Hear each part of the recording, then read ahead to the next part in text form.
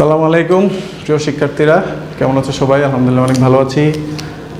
বিগত ক্লাসগুলোতে আমরা সেন্টেন্স নিয়ে ক্লাসিফিকেশনস নিয়ে যে আলোচনা করেছিলাম, সেখানে আমরা assertive sentence, imperative, interrogative, imperative, optative, exclamatory এইসব নিয়ে আলোচনা করেছি।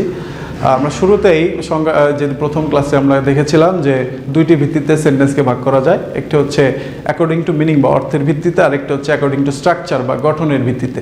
আমরা অ্যাকর্ডিং টু মিনিংয়ে যে পাঁচটি ভাগ ছিল সে পাঁচটি আমরা শেষ করেছি। আজকে আমরা অ্যাকর্ডিং টু স্ট্রাকচার বা গঠনের ভিত্তিতে যে সেন্টেন্স তিন প্রকার, সেই তিন প্রকার নিয়ে আলোচনা করব। তাহলে চলো শুরু করি। দেখো, অ্যাকর্ডিং টু স্ট্রাকচার, গঠন অনুসারে বা গঠনের ভিত্তিতে সেন্টেন্স বা বাক্যকে তিনটি ভাগে ভাগ করা যায়।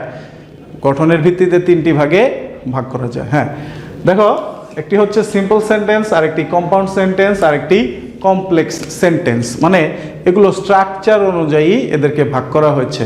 তাহলে সিম্পল সেন্টেন্সের অর্থ হচ্ছে সরল বাক্য, কম্পাউন্ড সেন্টেন্সের অর্থ হচ্ছে যৌগিক বাক্য, এবং কমপ্লেক্স সেন্টেন্সের অর্থ হচ্ছে জটিল বাক্য। হ্যাঁ, দেখো যে সিম্পল সেন্টেন্সটা কি? যে সেন্টেন্স একটি সাবজেক্ট, যে সেন্টেন্সে একটি সাবজেক্ট ও একটি ফাইনাইট ভার্ব নিয়ে গঠিত হয় তাকে সিম্পল সেন্টেন্স বলে। যে সেন্টেন্স বা সিম্পল সেন্টেন্সের সংজ্ঞাটা হবে এরকম যে সেন্টেন্স একটি সাবজেক্ট ও একটি ফাইনাইট ভার্ব নিয়ে গঠিত হয় সেই সেন্টেন্সকেই সিম্পল সেন্টেন্স বলা হবে। এই ফাইনাইট ভার্ব কি সেটা তোমরা ভার্ব চ্যাপ্টারে আরও বিস্তারিতভাবে জানতে পারবে। ওকে, খেয়াল করো। এখন উদাহরণটা যদি আমরা খেয়াল করি, যে সাবজেক্ট হচ্ছে আই, ওয়েন্ট হচ্ছে এখানে ফাইনাইট ভার্ব, আর হোম এটা বাকি অংশ অবজেক্ট। ওকে, সেজন্য এই আই ওয়েন্ট হোম এটি হচ্ছে একটি সিম্পল সেন্টেন্স। অনুরূপভাবে হি কল্ড মি এটিও একটি সিম্পল সেন্টেন্স। যেহেতু এটি স্ট্রাকচারের উপর ভিত্তি করে ভাগ করা, সেজন্য স্ট্রাকচারের ডিফারেন্স অনুযায়ী, স্ট্রাকচারের ভিন্নতা অনুযায়ী সেন্টেন্স যে তিন প্রকার রয়েছে, সেই তিন প্রকারের মধ্যে একটি হচ্ছে সিম্পল সেন্টেন্স। আর এই সিম্পল সেন্টেন্সটা অর্থই সহজ বাক্য, সরল বাক্য। এটা স্ট্রাকচারটাও তেমন সরল, যে একটি সাবজেক্ট ও একটি ফাইনাইট ভার্ব থাকলেই সেটিকে আমরা সিম্পল সেন্টেন্স বলতে পারি। ঠিক তেমনভাবে এখন আসো কম্পাউন্ড সেন্টেন্স। কম্পাউন্ড মানে হচ্ছে যৌগিক। কম্পাউন্ড সেন্টেন্স মানে হচ্ছে যৌগিক বাক্য। তোমরা বিজ্ঞানে অবশ্যই পড়েছো যৌগিক পদার্থ কি, কতগুলো মৌলিক পদার্থ মিলে বা দুইটি মৌলিক পদার্থ মিলে একটি যৌগিক পদার্থের সৃষ্টি হয়। ঠিক অনুরূপভাবে এই কম্পাউন্ড সেন্টেন্সেও এক বা একাধিক সিম্পল সেন্টেন্স থাকে। ওকে, যেমন সংজ্ঞাটি খেয়াল করলে বুঝতে পারবে যে সেন্টেন্সে দুই বা তারও অধিক সিম্পল সেন্টেন্স সাধারণত অ্যান্ড, অর, বাট ইত্যাদি দ্বারা যুক্ত হয় তাকেই কম্পাউন্ড সেন্টেন্স বলে।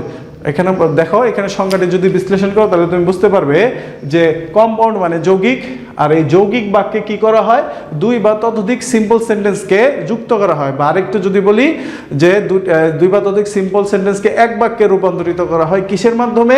অ্যান্ড, অর, বাট এই তিনটি কনজাংশনের মাধ্যমে, এবং সে মাধ্যমে যুক্ত করা হয়। এজন্য এটি কিসে পরিণত হয়? একটি যৌগিক বাক্যে পরিণত হয়। ক্লিয়ার?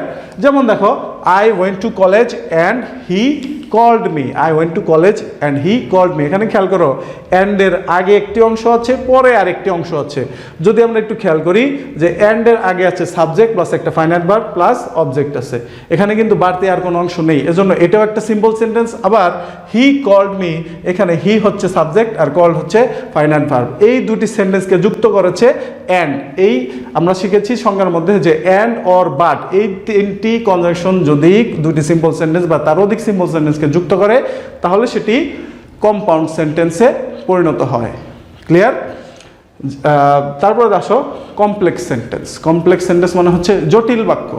কমপ্লেক্স মানে জটিল বাক্য। কম্পাউন্ড হচ্ছে যৌগিক আর কমপ্লেক্স হচ্ছে জটিল।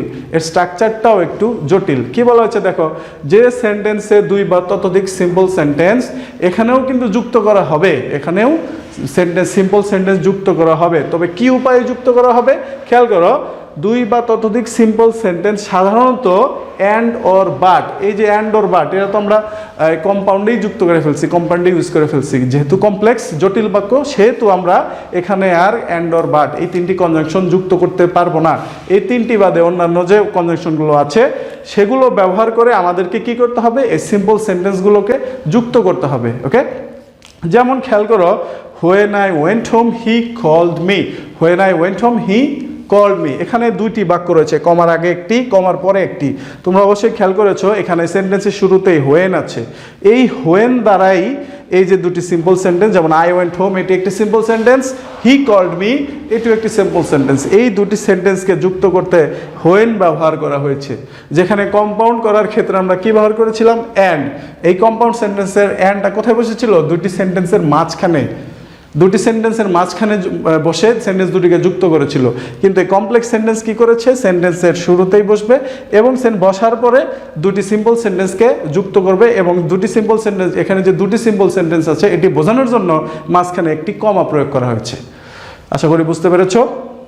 তো এই ছিল আমাদের গঠনের ভিত্তিতে সেন্টেন্স যে তিন প্রকার, simple sentence, complex sentence, compound sentence. আশা করি তোমরা সেটি খুব ভালোভাবে বুঝতে পেরেছ। তো পরবর্তী ক্লাস দেখার আমন্ত্রণ জানিয়ে আজকের মতো ক্লাসটি এখানেই শেষ করছি। ধন্যবাদ সবাইকে। আসসালামু আলাইকুম।